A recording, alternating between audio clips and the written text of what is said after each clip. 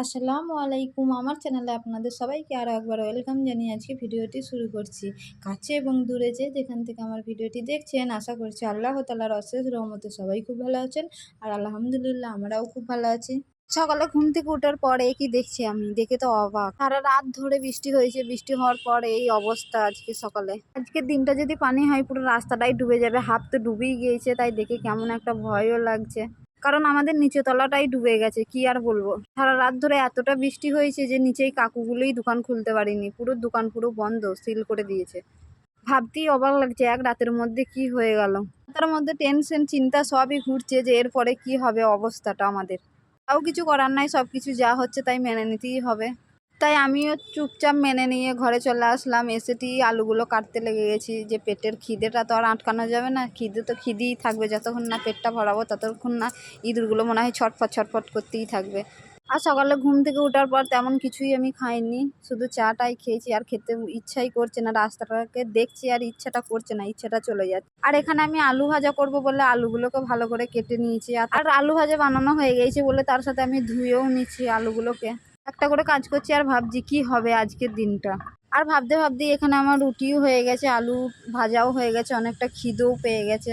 তাই আমি দেরি না করে ঝটপট খেতে বসে গিয়েছি, কারণ খাওয়ার পরে আবার রান্না করতে হবে আমাকে। রান্না করব বলে এখানে আমি পেঁয়াজগুলোকে কেটে রেখে দিয়েছি, অনেকটা পরিমাণে আমার ঝাল লাগে, সেই জন্য ওরকম পানিতে ভিজিয়ে রেখে দিয়েছি যাতে ঝালটা আমাকে কম লাগে। আর সাইডে প্রেসার কুকারে আমি ভাত বসিয়ে দিয়েছি, রান্না করছি। আর মনে হচ্ছে একবার বাইরেটা দেখে আসি কি অবস্থা, কিন্তু এখানে 10টার পরে দেখছি যে ভালোই রোদটা উঠেছে, আগের থেকে বৃষ্টিটা কমে গিয়েছে, অতটা বৃষ্টিটা আর হচ্ছে না কো। রোদটাকে দেখি আমি দৌড়তে দৌড়তে চলে যাচ্ছি ছাদের মধ্যে, যে ছাদটা কি অবস্থা আছে কি জানি, নিজেও জানি না কো। না হলে আবার বিকালবেলায় উঠতে পারবো না, ছাদটা অবস্থা বিশাল খারাপ হয়ে যাবে। কারণ যখন বৃষ্টি হয় তখন ছাদটা এই নিচেগুলো পুরো পানিতে ডুবে যায়, তখন এখানটা পা দিয়াটাই অনেক মুশকিল হয়ে যায়। কারণ ছাদটা অনেকটাই খাল, পানিটা জমে থাকে। আর সাইড দিয়ে পাইপ দিয়ে আছে, সেই পাইপ থেকে যতক্ষণ না পানিটা ছাদ দিকে পড়ছে ততক্ষণ না মনে হয় ওয়েট করে দাঁড়াইতে হয় আমাদেরকে। আর এখানে বর আমাকে হঠাৎ করেই ফোন করেছে যে তাড়াতাড়ি একবার এসো, বাজারে দরকার আছে, কিছু কেনাকাটার আছে। আর আমি তো এদিকে রান্না করছিলাম, তাও বরকে বললাম যে আমি রান্না করছি, তাও বললো রান্নাটা থামিয়ে দিয়ে চলে আসো, তুমি রুমে গিয়ে আবার রান্নাটা করে নেবে। তাই বরের কথা শুনে আমি দৌড়তে দৌড়তে চলে যাচ্ছি বরের কাছে। আর যেতে যেতেই ভাবছি যে আল্লাহ যা করে ভালোই করে, খারাপ কিছু করে না কো। কারণ সারা রাত যে বৃষ্টি হয়েছে ওরকম রাস্তাগুলো ডুবে গেছে, ভাবলাম যে আজকের দিনটাও মনে হয় পানিটা হবে, রোদটা আর দেখার হয়তো সুযোগ হবে না। তা আল্লাহ আবার রোদটাও দিয়ে দিয়েছে, আল্লাহর রহমতে রোদটা দেখতে পেয়েছি, এটাই অনেক শুকরিয়া। না হলে হয়তো সারা দিনটাই যদি বৃষ্টিটা হতো তাহলে মনে হয় অবস্থাটা কি হতো আমাদের, আমরা নিজেও জানি না যে কোথায় গিয়ে দাঁড়াইতাম, কেমন অবস্থাটা হতো। আর রোদটাকে দেখি খুশিতে খুশিতে চলে যাচ্ছি আমি হাঁটতে হাঁটতে, খুব ভালোও লাগছে রোদটাকে। আর যাবার সময় একটু করে নজর পড়লো আমার দোকানগুলোর প্রতি, কারণ এই দোকানগুলো সবই খোলা থাকে আর এই বৃষ্টির জন্যে কাকুগুলোও দোকানগুলো খোলে নাই কো। আমি ভাবলাম যে আমাদের নিচতলাটাই হয়তো দোকানগুলো খোলে নাই, ওই কাকুটা ওই বানের জন্যে, পানির জন্যে। আর এখানেও যে দোকানগুলো খোলে নাই আমি ভাবতেই পারিনি, না আসলে বুঝতেও পারতাম না। আর আস্তে আস্তে বকবক করতে করতেই আমি চলে এসেছি মার্কেটে। আর ওই যে ওটাই হলো মার্কেট, ওখানে সমস্ত সবই কিনি আমরা। আর ওখানেই বর দাঁড়িয়ে আছে।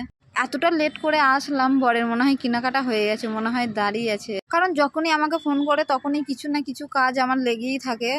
হয়তো 5 মিনিট বলে সেখানে আমি 10 মিনিট লাগিয়ে দিই, ওই বরকে ওয়েট করে দাঁড়াইতে হয়। আর যেতে যেতেই ভাবছি যে এটা কি কচু পাতা না কি কচু গাছ, কিছুই বুঝতে পারছি না। প্রথমে তো ভাবলাম যে কচু গাছ হয়তো, কিন্তু তারপর ভাবলাম যে না, এটা কচু গাছ নাই, অন্য রকম। কিছু কিছু গাছ আছে যেখানে হয়তো আমি দেখি সেই গাছটাকে, হয়তো ভাবি যে ওই গাছটাই হয়তো আমাদের ওখানেও আছে, এখানেও আছে, কিন্তু না, আবার হাত দেওয়ার পর দেখি যে না, অন্য গাছ। তো এখানে গন্ধটাও অন্যরকম, সেন্টটাও অন্যরকম গাছের। এখানে আমি দুটো ফুলও পেয়ে গিয়েছিলাম, এখানে গাছও ছিল, ফুলের গাছ ছিল, তাই দুটো পেরেও নিলাম। আর ফুলটাকে নিয়ে চলে যাচ্ছি রুমে। কারণ ফুল আমার খুবই প্রিয় জিনিস, খুব আমার ভালো লাগে। যেখানেই দেখি, আগে তো ছোটোবেলায় যেখানে ফুল দেখতাম সেখানেই ফুলটাকে টুকুস করে নিয়ে আগে কানে গুঁজতাম। 5টা নিয়েছিলাম ফুল, কিন্তু হাত থেকে 2-4টে পড়ে গেল, আর এই দুটোই ছিল। তাই এই দুটোকে নিয়েই ভিডিও করতে করতে একদম রুমে চলে আসলাম। আর রুমে এসেই দেখছি সব এলোমেলো হয়ে আছে, কারণ সেরকম ধরা কিছুই গুছানো নাই, যেরকম রেখে গেছি সেরকমই হয়ে আছে।